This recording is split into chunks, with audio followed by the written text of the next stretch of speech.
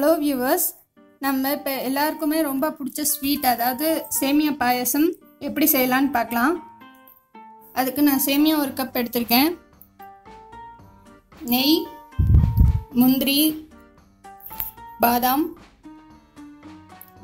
பிஸ்தா, திராட்சை, ஏலக்காய், பால் 1/2 லிட்டர் எடுத்துருக்கோம்.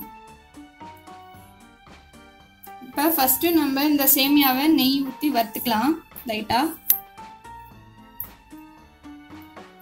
ஃபஸ்ட்டு நெய் நம்ம 1 டேபிள் ஸ்பூன் அளவுக்கு ஊற்றிக்கிறோம்.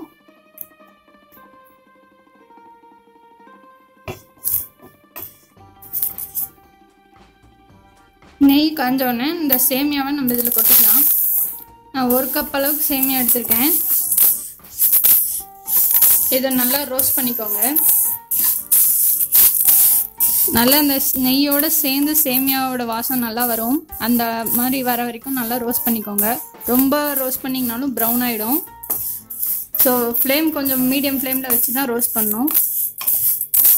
இதே நீங்கள் ரோஸ்டட் சேமியா இருக்குது, அதை நீங்கள் வாங்கினீங்கன்னா இதை வந்து ரோஸ்ட் பண்ண தேவையில்ல, அப்படியே யூஸ் பண்ணிக்கலாம். இது வந்து நான் ரோஸ்டட் சேமியா இல்லை, அதனால் வந்து நான் ரோஸ்ட் பண்ணிக்கிறேன்.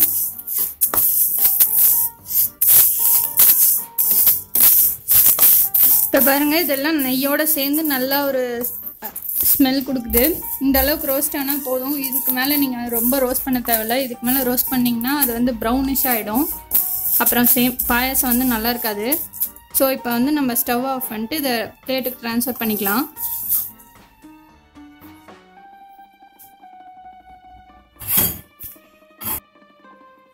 இப்போ வந்து நம்ம இந்த முந்திரி, திராட்சை இதெல்லாம் நெய் ஊற்றி வறுத்து ரெடியாக வச்சுக்கலாம். இதுக்கும் நான் நெய் 1 டேபிள் ஸ்பூன் அளவு எடுத்திருக்கேன்.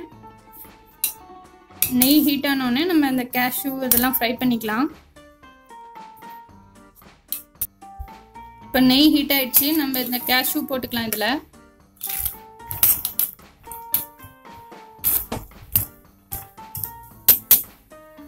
இந்த கேஷ்யூ வந்து கொஞ்சம் லைட் ப்ரௌன் ஆகும்போது நம்ம இந்த திராட்சையை ஆட் பண்ணிக்கலாம். திராட்சை வந்து நல்லா ஃப்ரை ஆகி பால் மாதிரி வரும். அந்த மாதிரி வர வரைக்கும் நம்ம ஃப்ரை பண்ணிக்கணும். ஸ்டவ் வந்து சிம்மில் வச்சுட்டு நீங்கள் வந்து ஃப்ரை பண்ணுங்கள், இல்லைன்னா தீஞ்சு போயிடும். இப்போ இது பால் மாதிரி ஆயிடுச்சு பாருங்கள். இப்போ இந்த டைமில் வந்து நம்ம அந்த இது பாதாம் போட்டுக்கலாம். இப்போ வந்து இந்த பிஸ்தா ஆட் பண்ணிக்கலாம். இந்த பிஸ்தாவும் பாதாமும் வந்து ஆப்ஷனல் தான். உங்களுக்கு வேணும்னா யூஸ் பண்ணிக்கலாம், வேணான்னா நீங்கள் முந்திரி திராட்சை மட்டும் ஃப்ரை பண்ணிக்கலாம்.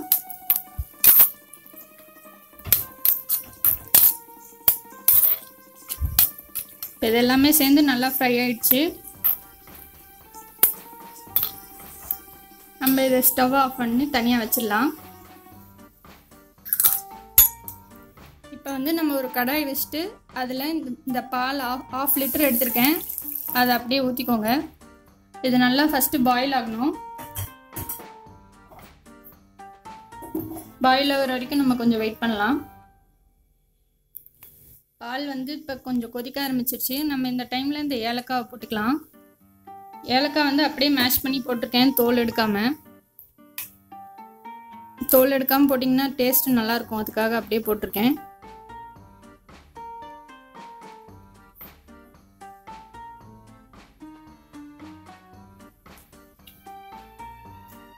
இந்த ஏலக்காவும் கொஞ்சம் பாலோடு சேர்ந்து கொதிக்கும் போது நல்லா ஸ்மெல் வரும். நல்லா ஏலக்காய் ஸ்மெல் நல்லா வரும். அதுக்காக தான் நம்ம இப்பயே ஏலக்காய் போட்டிருக்கோம். இப்போ பாருங்கள், நல்லா பால் கொதிச்சிருச்சு. நம்ம வந்து இந்த டைமில் சேமியா ஆட் பண்ணிக்கலாம்.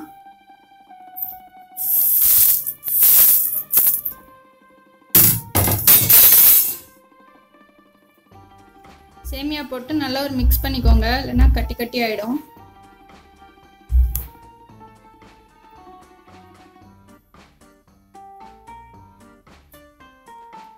இந்த சேமியா வந்து இந்த பால்லையே நல்லா வெந்ததுக்கு அப்புறம் தான் நம்ம வந்து மற்றதெல்லாம் ஆட் பண்ணோம். ஸோ சேமியா வேகிற வரைக்கும் கொஞ்சம் வெயிட் பண்ணலாம். இப்போ வந்து சேமியா வந்து பாலோடு சேர்ந்து நல்லா வெந்துடுச்சு. நம்ம இந்த டைமில் நம்ம 1 கப்பு சேமியா எடுத்துருக்கோம், அதுக்கு வந்து ஒரு 3/4 கப் அளவுக்கு சர்க்கரை போட்டிருக்கேன்.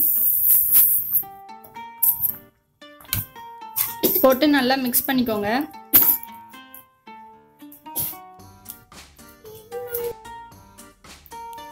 ஒரு 2 ஸ்பூன் அளவுக்கு கண்டென்ஸ்டு மில்க் யூஸ் பண்ணிக்கிறேன்.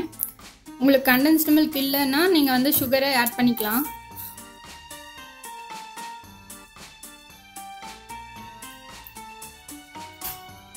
ஊற்றிட்டு அதையும் சேர்த்து நல்லா மிக்ஸ் பண்ணிக்கோங்க. சர்க்கரை, கண்டென்ஸ்டு மில்க் எல்லாமே சேர்ந்து நல்லா மிக்ஸ் ஆகிடணும்.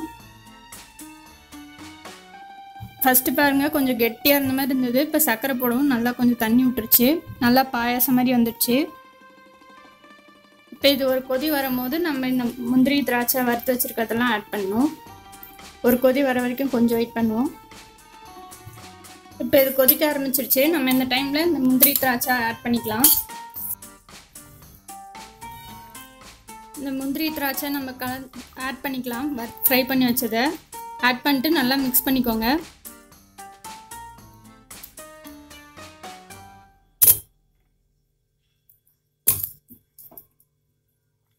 அவ்வளோதான், ரெடி ஆகிடுச்சு. இப்போ ஸ்டவ் ஆஃப் பண்ணிடலாம்.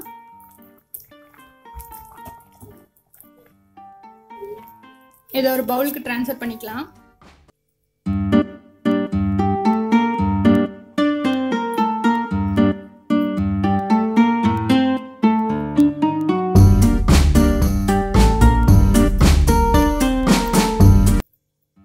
இப்போ இதை நம்ம பவுலுக்கு ட்ரான்ஸ்ஃபர் பண்ணியாச்சு. நம்மளோட ஸ்வீட்டான சேமியா பாயாசம் ரெடி ஆயிடுச்சு. இது ரொம்ப நல்லா டேஸ்டாக இருக்கும். செஞ்சு சாப்பிட்டு பாருங்கள்.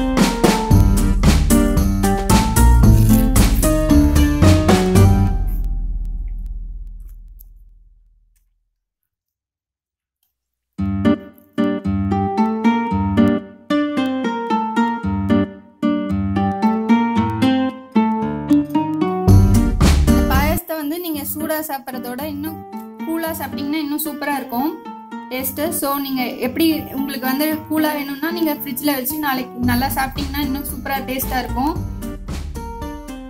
உங்களுக்கு இந்த வீடியோ பிடிச்சிருந்ததுன்னா லைக் பண்ணுங்கள், ஷேர் பண்ணுங்கள், மறக்காமல் சப்ஸ்கிரைப் பண்ணுங்கள். தேங்க்யூ.